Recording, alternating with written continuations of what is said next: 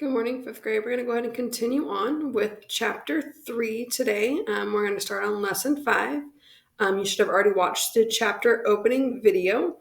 So if you haven't done that, go ahead and pause this, go back, watch the video, and then come back here so we can do the ed puzzle on this. So let's go ahead and get ourselves started. So we have, how did economics impact the people in the Southern Colonies? An agricultural economy. Life in the rural Southern colonies differed sharply from life in the colonies to the north.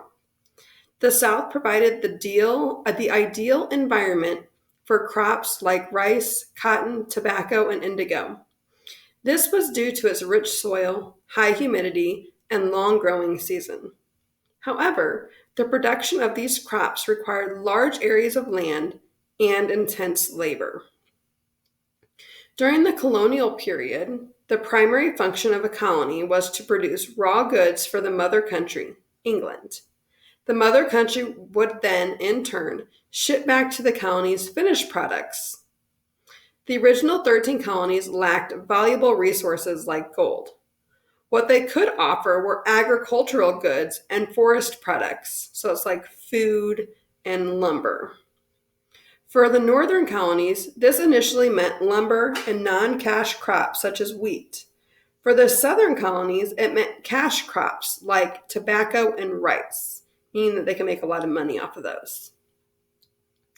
As the colonies grew, the demand for domestic goods grew faster than Britain could keep up with. In response, the northern colonies began producing more valuable finished goods such as furniture, iron, and ships.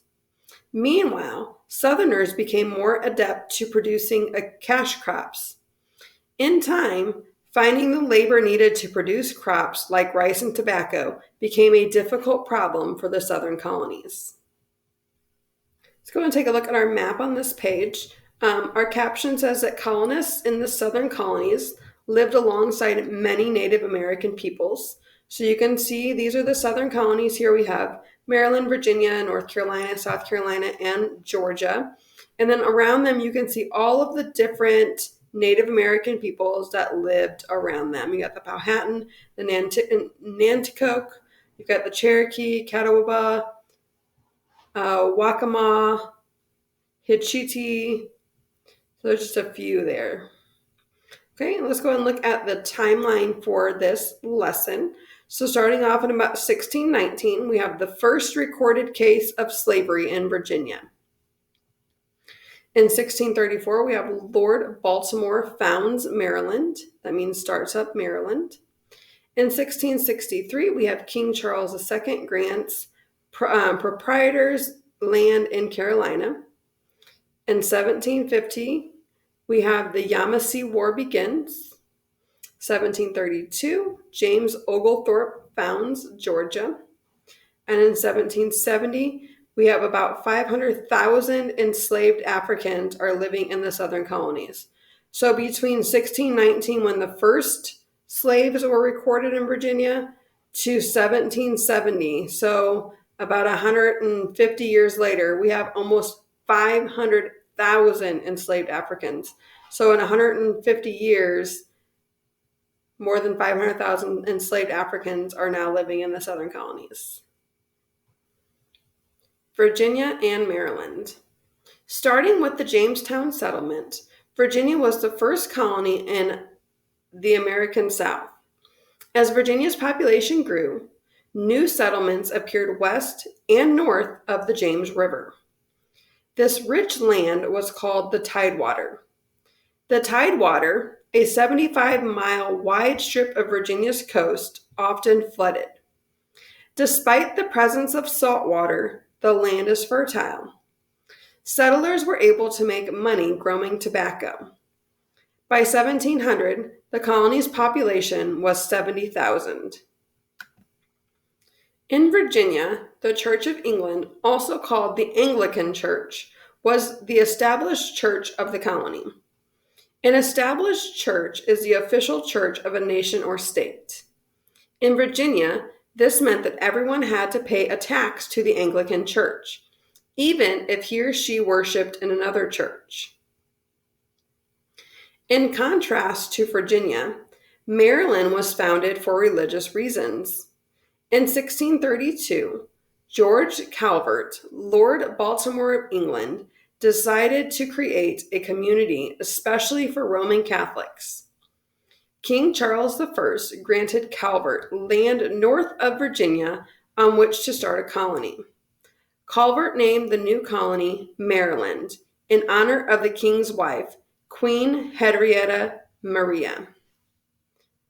George Calvert died before he could visit the colony. As a result, his son Cecilius became the second Lord Baltimore. Cecilius decided to stay in England to make sure that the king continued to support a separate colony of Maryland. He sent his brother Leonard Calvert to Maryland in his place. Lord Leonard Calvert became the first governor of Maryland. In 1634, Leonard Calvert, along with about 300 colonists, arrived at a St. Clement's Island in Maryland. Calvert brought a village from the Yucamaco, a group of Native Americans. The village became known as St. Mary's City. Calvert promised to trade fairly with the Yucamaco and to protect them from their enemies. On the land that the Yucamaco cleared, the Maryland colonists and enslaved persons planted corn and tobacco. As the colony grew, Maryland colonists, like those in Virginia, discovered the profitability of selling tobacco to England. By the late 1600s, plantations, large farms that grow one crop, lined many of the creeks and rivers of Maryland. Chesapeake Bay had a harbor that was deep enough for large ships to use. This made it easy to transport goods to other colonies and to England. Most of the settlers who came to Maryland from England were Catholic. Many of Maryland's other settlers, however, came from Virginia and were members of the Church of England. Soon, Anglicans in Maryland outnumbered the Catholics. This meant that the Catholics might have faced persecution. Fortunately, Maryland's charter, the Maryland Toleration Act, passed in 1649, protected them. This protection did not extend to Jews or to all Christians, but it was a significant stepping stone toward religious freedom in the colonies. So I want you to stop and think, why did the people of Virginia and Maryland grow tobacco? Why did they decide to grow tobacco? Let's take a look in this paragraph right here. It says, on the land that the Yucamaco cleared, the Maryland colonists and the enslaved persons planted corn and tobacco. As the colony grew, Maryland colonists, like those in Virginia, discovered the profitability of selling tobacco to England. So in order to make a profit, you have to make money. Okay, so they knew that they could make money off of selling tobacco to England. The Carolinas and Georgia. So we're looking at North Carolina and South Carolina. England kept adding to its North American colonies. The new king, Charles II, set his sights on land south of Virginia. In 1663, he gave a charter to 8 proprietors. 7 years later, they founded their first settlement, the port city of Charlestown. From the beginning, Carolina had two regions. In the southern part, Charlestown's natural harbor, warm climate, and natural resources made it a center for agriculture and trade. The southern part of Carolina also had large areas of low marshy land, ideal for growing rice. Wealthy colonists built plantations outside the city. There they grew tobacco, rice, and indigo, a plant used to make blue dye. Colonists who settled in northern Carolina grew tobacco and sold forest products, such as timber and tar. The economy in Northern Carolina grew slowly, due primarily to the lack of a good harbor, which made trade difficult. By 1729, The differences between the colonial life in the North and in the South resulted in the colonies splitting into North Carolina and South Carolina. For years, the Tuscarora had lived in Northern Carolina's coastal plain. They were an agricultural people related to the Iroquois, meaning they grew crops. The colonists had a habit of cheating the Tuscarora in trade deals and moving in on their land. Tensions erupted in 1711 when Chief Hancock, a Tuscarora leader, killed a local surveyor. A surveyor is someone who determines land boundaries. The chief believed that the surveyor had stolen Tuscarora land when he measured boundaries. The Tuscarora then attacked settlements in the disputed area named New Bern, killing more than 130 people. The colony's government sent troops to attack the Tuscarora and forced them to surrender in 1713. Similarly, conflicts arose with the Yamasee, a group that had once been an ally to South Carolina. The Yamasee claimed the colonists owed them money. With a large army, the Yamasee attacked the colonists in 1716. With the help from the Cherokee, however, the colonists eventually defeated the Yamasee in 1770. Georgia, the last of the 13 colonies created by the British, was founded in 1732. James Oglethorpe, a respected British general and member of the English Parliament, planned to use Georgia as a home for debtors. In England, debtors, or people who owed money they can't repay, were sent to prison, often with their entire families. Oglethorpe thought that instead of wasting away in prison, debtors would be better off trying to make a fresh start for themselves as colonists. So there's a picture here of James Oglethorpe. But it was Oglethorpe's military experience, rather than his plan for dealing with debtors, that most interested King George II. The king worried about an invasion of South Carolina by the Spaniards from Florida or by the French from Louisiana. When Oglethorpe suggested that the new colony could help protect South Carolina, the king listened and granted Oglethorpe his charter. In November of 1732, a group of 114 men, women, and children left London bound for the newest English colony in America. It was called Georgia after King George II. Oglethorpe understood that the colony's success depended on establishing peaceful relations with the Native Americans in the area. A Creek group, the Yamacraw, lived near Yamacraw Bluff, where Oglethorpe planned to build his first settlement. Oglethorpe befriended the Yamacraw's leader, Chief Tamachichi. He agreed to sell Oglethorpe Yamacraw Bluff. It was here that Oglethorpe built his settlement and named it Savannah. Initially, Georgia's growth was slow. Oglethorpe's plan to settle Georgia with English debtors failed because few debtors took up the offer. In the beginning, colonists grew corn and tobacco. Later, rice and indigo became important crops.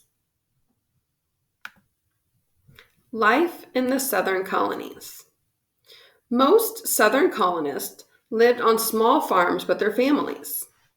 Southern colonists who had once been indentured servants often ended up owning smaller farms. Every family member worked to keep the farm running. Religion was an important part of the colonists' lives. Because colonists spent most of their time working, they often combined work with play. An entire community, for example, would get together to build houses for newly married people. Colonists held plowing and corn husking competitions. At quilting bees, neighbors sewed together pieces of cloth to make a bedspread. When they were not helping their parents, Children played with simple toys such as balls, dolls, marbles, kites, and jump ropes. In the evening, families often read books aloud, played music, or sang together.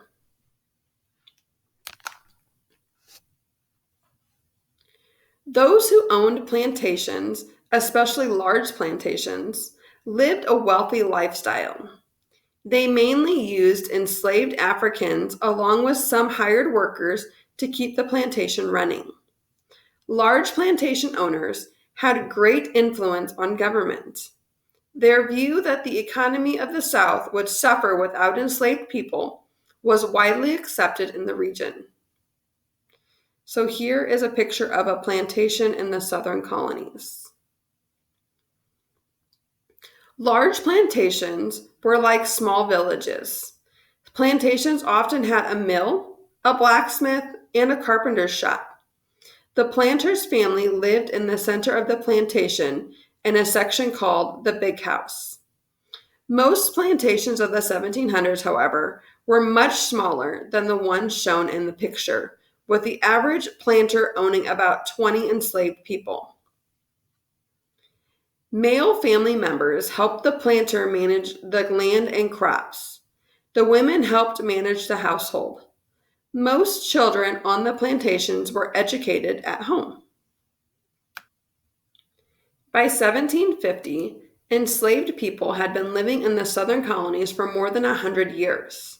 Although many enslaved people worked on small farms, most worked on large plantations.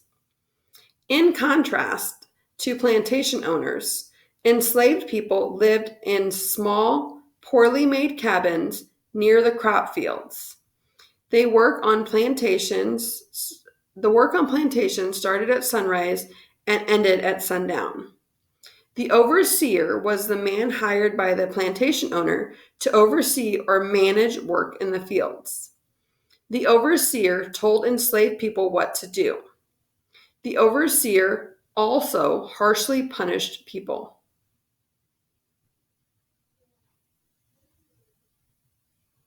Enslaved people on southern tobacco plantations did the back-breaking work of planting tobacco, caring for it, and then harvesting it. In South Carolina, enslaved people often had to move tons of dirt to build rice fields and irrigation canals.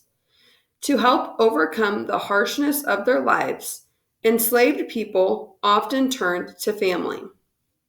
On Sundays, usually the only day of the week they did not work, some enslaved parents could visit their children who had been sold away from them. However, this was only if the children lived on neighboring plantations. When families were together, they told stories and sang songs that mainly taught about values and beliefs. The stories about Africa gave children a sense of a different past. Sadly, these enslaved families were not officially recognized under the law. And this here is a picture of a cabin that enslaved people might have lived in. And if you watched the video, you saw those other cabins as well. Not all African Americans in the Southern colonies were enslaved. About 5% were free, so it'd be like 5 in every 100. Some had been freed while others had escaped. Some bought their freedom by working paid jobs. Free African Americans lived in cities and towns. They also lived in the backcountry, the eastern foothills of the Appalachian Mountains. There, many lived in friendship with the local Native Americans. An inhumane system. The type of work assigned to enslaved people depended on the economy of the colony in which they lived. In the North, many of the enslaved people worked in New England's busy shipyards. In Rhode Island and New York, enslaved people did farm work. It was rare for a Northerner to own more than one enslaved person. Northern farms were small, and it was not profitable to use large numbers of enslaved people there. Southern farms, on the other hand, were often huge and grew cash crops. The major cash crop of the Southern Colonies in the 1600s was tobacco. Both rice and tobacco required many workers to plant, tend, and harvest the crop. Most Southern plantations had about 20 enslaved people. South Carolina was unusual. By 1720, enslaved people made up more than half of the population of the colony. So more than half of the people that lived in South Carolina by 1720 were enslaved peoples. The possibility of enslaved people rebelling was a constant fear for colonial leaders. Leaders in states with large enslaved populations were especially concerned. In part to ease their worries, colonies and later states wrote laws defining the status of enslaved people and the rights of their owners. These laws were called the slave codes. The purpose of the slave codes was to place harsh restrictions on enslaved people and give owners absolute power over them. The slave codes varied from colony to colony. Most prevented the enslaved people from learning to read and write. Most states also prevented them from leaving the plantation without permission, testifying in court, or gathering together without a white person being present. So essentially, they were trying to keep them from gathering in large groups to create a riot or to create any kind of unrest. Okay, this picture here was an auction block that was used for enslaved people. So they would put the enslaved people on the block, they would stand there, and then they would auction them off to the highest bidder, whoever paid the most money for them. Enslaved people had been kidnapped, forced to work, separated from their families, and punished harshly. They resisted their situation by slowing their work, running away, and on occasion, rebelling violently. Despite the hardships they suffered through, enslaved people managed to build a culture. They orally passed down African traditions, introduced African words into the English language, and told stories to their children to teach them about life. They also created many work, songs, and spirituals that they sung that are still sung to this day. So it sings songs while they worked to try and help pass the time. Okay, so lastly in this lesson, we have a primary source. Remember, primary source is something that is directly from the words of somebody that experienced it. So it says, in their words, enslaved Africans. Enslaved people working in the fields often sang work songs to relieve their boredom and to take their minds off of their exhaustion. These songs sometimes had a call and response structure, in which a person sang a verse and the others responded with a chorus. Many lyrics featured Christian themes and dialect, or language that is specific to a region or group of people. The songs often focused on the peace and relief that a person could find in the afterlife. So here are the lyrics for two songs sung by enslaved people in the South. So starting with I Don't Feel Weary. So someone would read the chorus. I said, I don't feel weary and nowadays tired. Oh, glory, hallelujah. Let me in the kingdom while the world is on fire. Oh, glory, hallelujah. Going to live with God forever while the world is all on fire. Oh, glory, hallelujah. And keep the ark a-moving while the world is all on fire. Oh, glory, hallelujah. So then we have in the mansions above. So it's the chorus here would be, good Lord in the mansions above, good Lord in the mansions above. My Lord, I hope to meet my Jesus in the mansions above. So you can see the Christian background of this. And the verses would go something like this. If you get to heaven before I do, tell my Jesus I'm a-coming to the mansions above. My Lord, I've had many trials here below. My Lord, I hope to meet you in the mansions above. Fight on, my brother, for the mansions above, for I hope to meet my Jesus there in the mansions above.